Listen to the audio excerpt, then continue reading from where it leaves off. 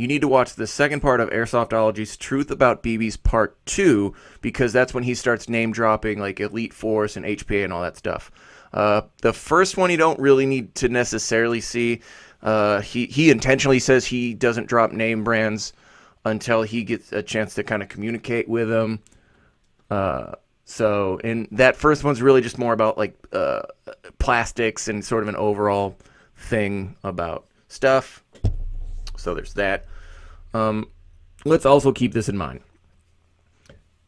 For the most part, John from Airsoftology is reporting on the same information that the rest of us have access to, which is really basically HPA's Instagram and Elite Force's Instagram, and a little bit of Power Ops. Not so much in there, but it's mostly Elite Force and HPA, and really just people picking on HPA. Let's also say this. John is not a chemist, to my knowledge. It is my understanding that he does not have a specific background in the sciences, in chemistry, and anything that would qualify him to be a, maybe not an expert, but to have like a super advanced understanding of the science involved in a biodegradable BB, to include legal terminology of the sales of such of a product. I like big words. They make me sound all smart. John's just a dude. He's just an airsofter, just like me. He's just a hardcore fan that sees some stuff on Instagram and goes, that seems weird. Why has no one asked this? Why do I seem to have this unique perspective? I'll share that unique perspective. However, the other hilariously talented gentleman, sexy man by the name of Airsoft Hippo, it was call sign Hippo, but now I believe he shut that account down and he's just Hippo Cigar Bar. I love him. Let's listen to this piece. This is on the ASAP, Another Serious Airsoft Podcast, episode number 17, where they actually talk about this whole HPA thing, and you need to watch this episode before you really start opening your little mouths. Anyway. So right now, I'm an undergrad. I'm an undergrad student. I'm not going to say what college because obvious reasons, but it's reason one school. I'm doing a double in biochemistry and molecular bio. I've worked in an AChem lab for 4 months now, ever since I got my first semester of classes in. I've proven my worth just by running the data on this. I've been approved by 4 PhDs just for the stuff I did today. So that's a lot. What you need to know about Hippo is I don't know if it's safe to say he is a chemist, because I don't really know what is entailed in that, but he definitely has a super legit specific background in chemistry, to the point where he's able to actually conduct the lab results that we look at on Instagram and go, I don't understand what it means, but I'm just going to say stuff anyway. Let's fast forward to 322. So what I'm going to kind of do is go over a few aspects of this video. Not a whole lot. You just look, if you watch John's video on Airsoftology and kind of listen to the important pieces he says in that, which I'm kind of going to go over, and then you go watch the Facebook video or the Facebook episode of Another Serious Airsoft Podcast, you'll get a better overall understanding of what is currently going on and some reasons as to why they might be going on. So let's look up 322. They started moving, and then Elite Force decided to release all their information. So they gave us their lab tests, their vendor name. I mean, they said, here's who we buy from. This is it. Here's our vendor. Here's MSDS, material safety data sheet. I'm using some acronyms as we go through. Here are our lab tests. Here is our composition test. And here is our biodegradability test. Blah, blah, blah. Here's some science. Now, if you look at the lab, this is a lab in Taiwan, I believe. Hold on, Hippo, wait 1 second. The green science lab test that Elite Force is toting around as being, it's our valid lab test, is actually not valid, and any basic college would have better equipment and be more accurate in basically testing this product than what this lab did in China, and they state it in the lab results. However, you have Eric from Airsoft Atlanta touting that is a qualified lab along with everyone else when it's complete BS. And Hippo can break it down and explain it because he's the science guy. So basically, any biodegradation analysis relies on volumetric gas output because the majority of the breakdown is due to whatever molecules are in said BB or whatever you're trying to break down, bonding with different elements in the air and turning into gas, which is CO2, methane, that kind of stuff. But in order to run this test, you have to constantly measure that gas, normally once or twice a day.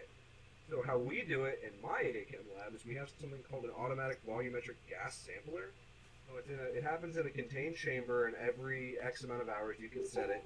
It takes a small volume of the air by causing a little vacuum, samples that air, and then gives you numbers based off of it.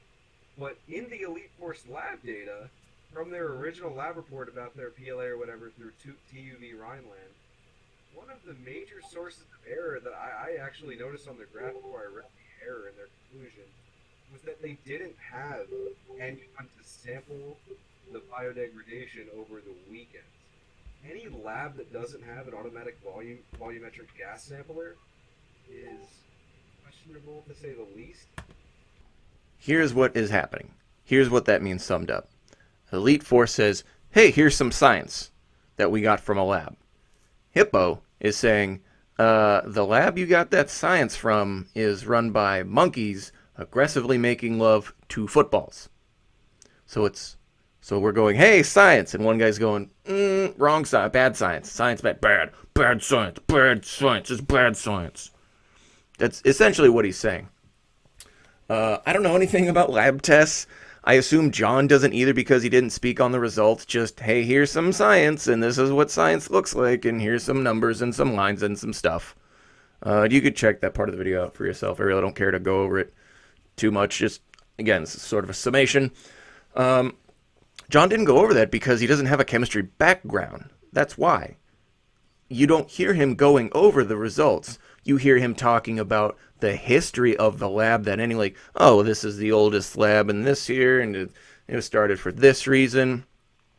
But he didn't go over the results because he doesn't understand them. Neither do I. I'm not a chemist, and clearly neither is he. Hippo has a chemistry background, and he says, that lab, here's the other thing that I find interesting, is when we look at the certifications of that lab, it had no US-based certifications. It had an ISO certification, which is internationally recognized. And here's what I think about your international recognition. And then it had, what was the other? Let me check my notes. And then it had an EN certification, which is a European certification, which again, I don't care about. I'm an American. I don't see any American. I did not hear about any American certifications in there. I question any and everything that comes from specifically Asia. I'm not going to be.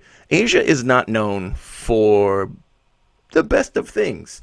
Let's look at all the child labor law issues. Let's look at Nike products and how they used to be made. Let's look at people getting paid pennies for an hour for putting Apple products together historically, and all these other things where American retailers look at China and go, hey, we cannot do business with you if you're going to operate like that. So no, I don't trust labs in Asia.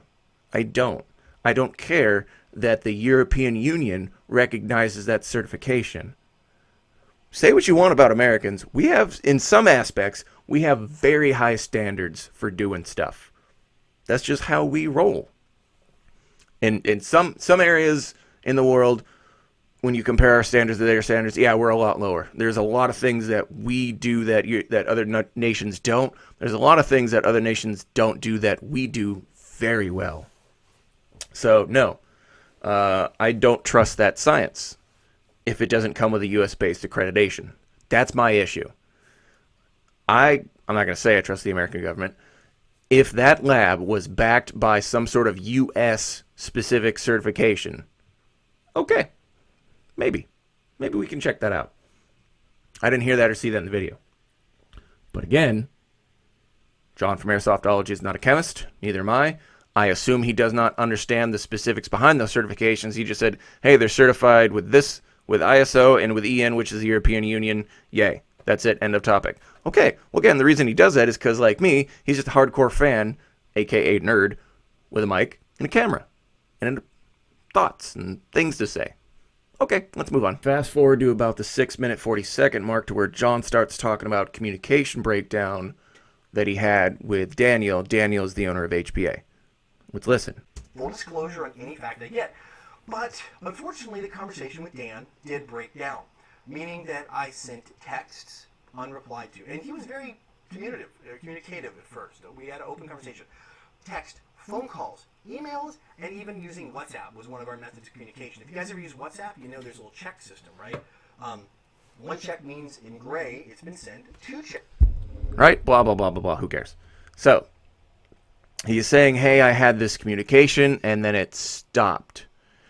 The way that is presented makes it look like he is using that as a strike against Daniel or with HPA. That's the way it appears to me, but let's also keep in mind that I am a devout pessimist, so I will usually look for the wrong before I look for the good. That's...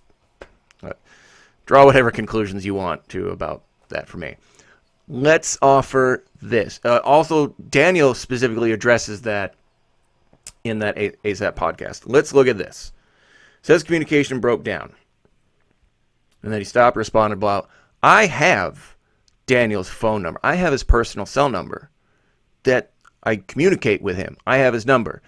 Anytime I have texted or called him, if he doesn't immediately respond, he'll respond within the first few minutes. I don't think I've ever had to wait more than maybe 5 to 10 minutes, if that. Even when he's walking, he's doing stuff with you can hear his kid in the background, and he's totally dadding out, talking to me about getting airsoft stuff. That's just how he is. What I bet happened is that John was just poking Daniel so much, like, hey, what about this thing? Hey, what about this thing? Hey, what about this thing? Hey, what about this thing? Hey, what about your secrets? Hey, what about your secrets? I would assume the conversation went that route, and Danny went, dude, I don't want to talk about this anymore. I'm just going to ignore this guy. Because what's interesting is that Airsoftology, posted lab results from Elite Force, but he did not post the conversations between himself and Daniel. He says he sent text messages, yet he did not include those in his video. He said there were emails exchanged, yet he did not include those in his video. So he didn't include evidence of that, but he included evidence from Elite Force.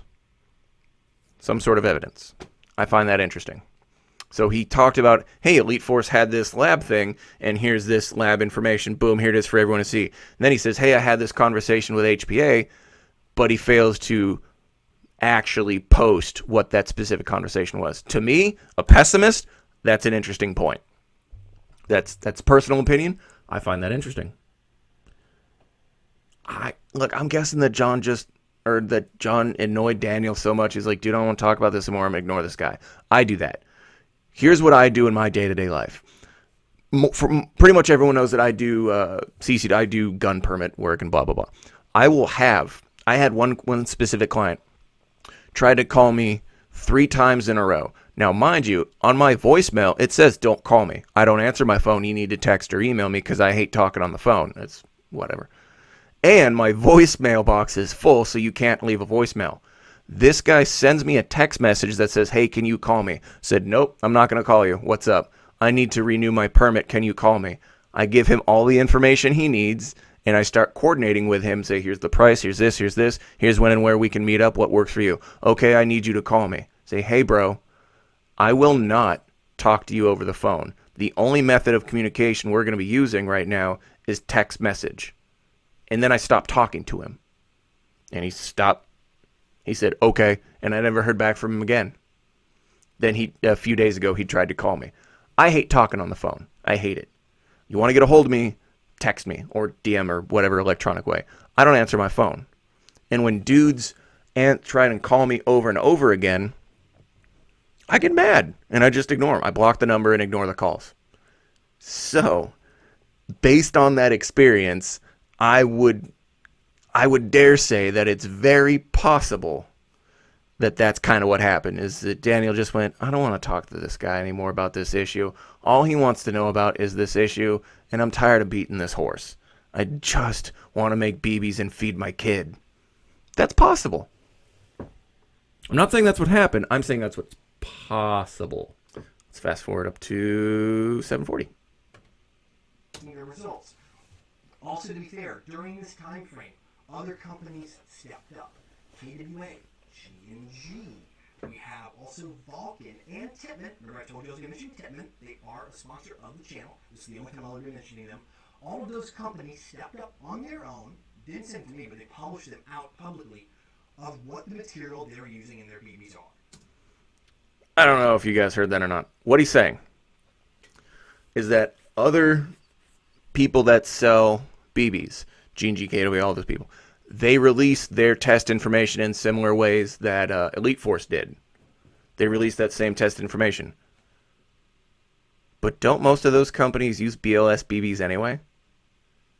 So if I sell Caber BBs, it's a bag, my face on it, which would be great, Caber's BBs, but I get them from the same place that 6 other people get their BBs from. Well, yeah, of course I'm going to release that information. I don't care. It's the same information. There's no trade secret in that. There's no proprietary information that isn't already out there, that isn't already being used by my competitors. But Caber BBs also sells guns and sweaters and smoke grenades, or maybe not smoke grenades. I sell guns and merchandise and magazines, and I sell all these other products in addition to BBs. I don't care. Hey, they want us to release our BB information. What? That seems like a really obscure thing that my teenage customer base wants, but I'm going to release the information. It's the same information that everyone else is going to releasing, so we don't get hit on that as a business. We don't take damage. So, I think it's silly.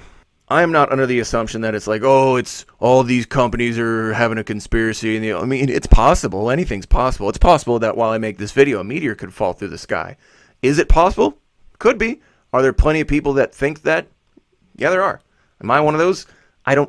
Maybe. I don't have that information. I'm not involved in the airsoft business world enough to know these things. I just know what people tell me. Some people say, hey, all these companies are ganging up on him on HPA to put him out of business. Some of those people are also saying, hey, it's not all those companies. It's just like 1 or 2, but all those other companies are like, ugh, they're doing this. All right, release the stupid lab reports. It's not going to do anything. I just want to sell this awesome rifle. Lots of ways to look at it. So we're looking at this, and according to his data sheet, at the top, which is interesting, he is the manufacturer. So I didn't know, he didn't know. I knew this because he told me. And it's also stated on the podcast, another Serious Airsoft podcast episode. HPA, I think this is a correct summation, to some degree, HPA manufactures the raw materials and then sends it somewhere to be made into BBs, and then they send it back to him to sell? Something to that effect. But what you don't see a lot of companies doing that sell BBs is they don't make those BBs in-house, really. They just order them from some bulk manufacturer, and they just, hey, put 1,000 in this bag, put 1,000 in bag A, bag B, bag C, all right, ship them off to company A, B, and C, whatever. HPA actually manufactures his own raw material, I believe.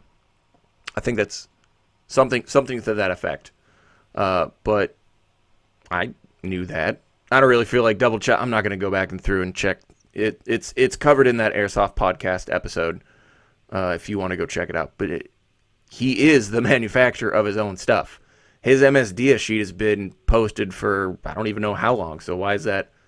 I don't understand why that's shocking to some people. I am willing to bet that had that conversation between John and Daniel continued, I bet Daniel would have ended up telling him because he told me over the phone. I knew. How did he not know?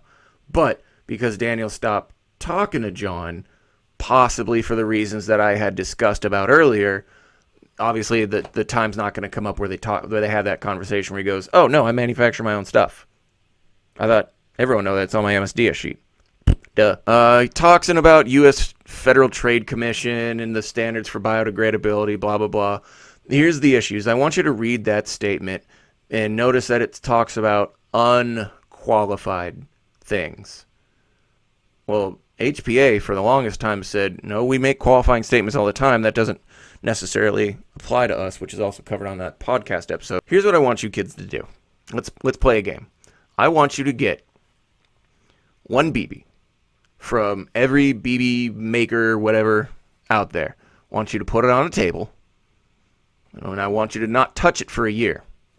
You let me know after that 1 year of it being on the table and you not touching it, if it is biodegraded, if it's dissolved, what happens to it.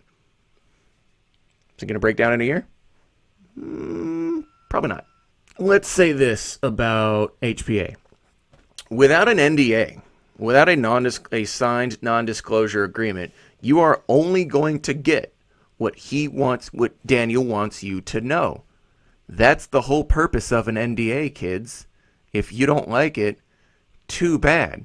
You're too dumb to realize how business and law works. You need to sign an NDA to get the big secrets. That's how that works. Because he needs to know that the person he is giving that secret to is going to keep it to themselves for their own personal knowledge, something like that.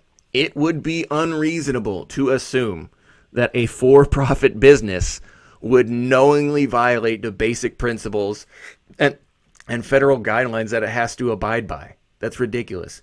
It could be reasonable to assume that after you sign the NDA, you will get additional information that would clarify this, but you wouldn't be able to talk about it. So here's the other thing, is that Airsoftology is talking about things, he intends to sign a non-disclosure agreement at AirsoftCon, but here's the thing, you really can't say anything in a video because he signed a non-disclosure agreement. Does that make sense? You're only going to be allowed to say what HPA legally authorizes you to say. Let's say you see the light at the end of the tunnel. You sign the NDA and you go, oh my goodness, all those other companies were horribly wrong. What a wonderful product. And you just tout HPA for being this wonderful, miraculous. They have this new innovative way to do it and no other company cares. You can't say anything about it. Why? Non-disclosure agreement. I want to make a video that praises HPA's formula and is no. Time out. Non-disclosure agreement. Shut your mouth. There's plenty of stuff I would like to say. Well, not really. There's a couple of things that I can't say about for what I'm doing with KWA or what KWA plans on doing in the future because I signed a non-disclosure agreement that says, hey, here's what's going on. You keep that stuff to yourself. Okay. There's plenty of things that are going on behind the scenes at KWA I can't talk about that even my group chats don't know about. Non-disclosure agreement. I had a secret clearance before. I know the deal. But because I understand how non-disclosure agreements work, because I'm used to being around classified material with a DoD security clearance and all this other stuff, I know how that rolls. Hey, we're going to tell you this, but you can't say anything.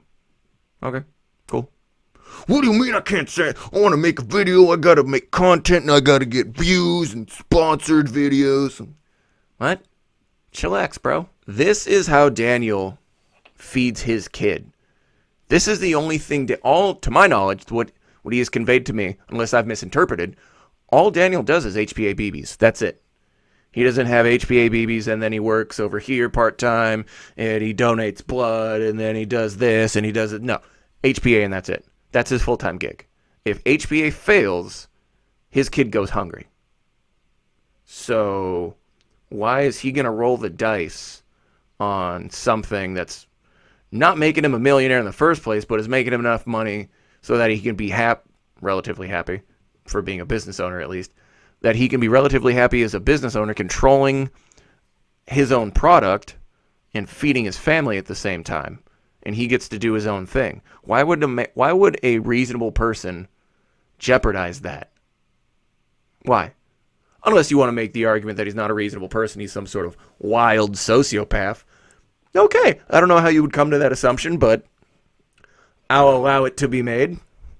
Come at me with you thinking he's some sort of wild man. I've talked to him several times over the phone. Guy, top-notch dude.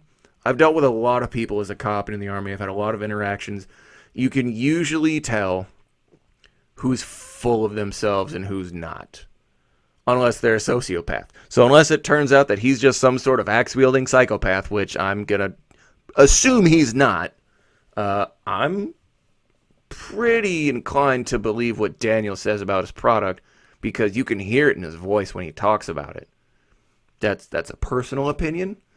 I could be wrong. I don't think I'm wrong, but I could be.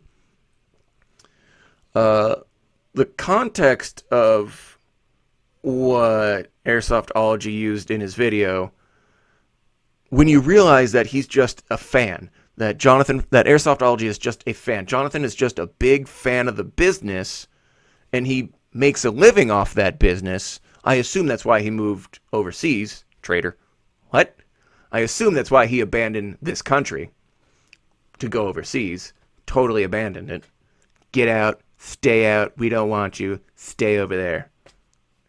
I assume he did not have any information that he was not allowed to share with us.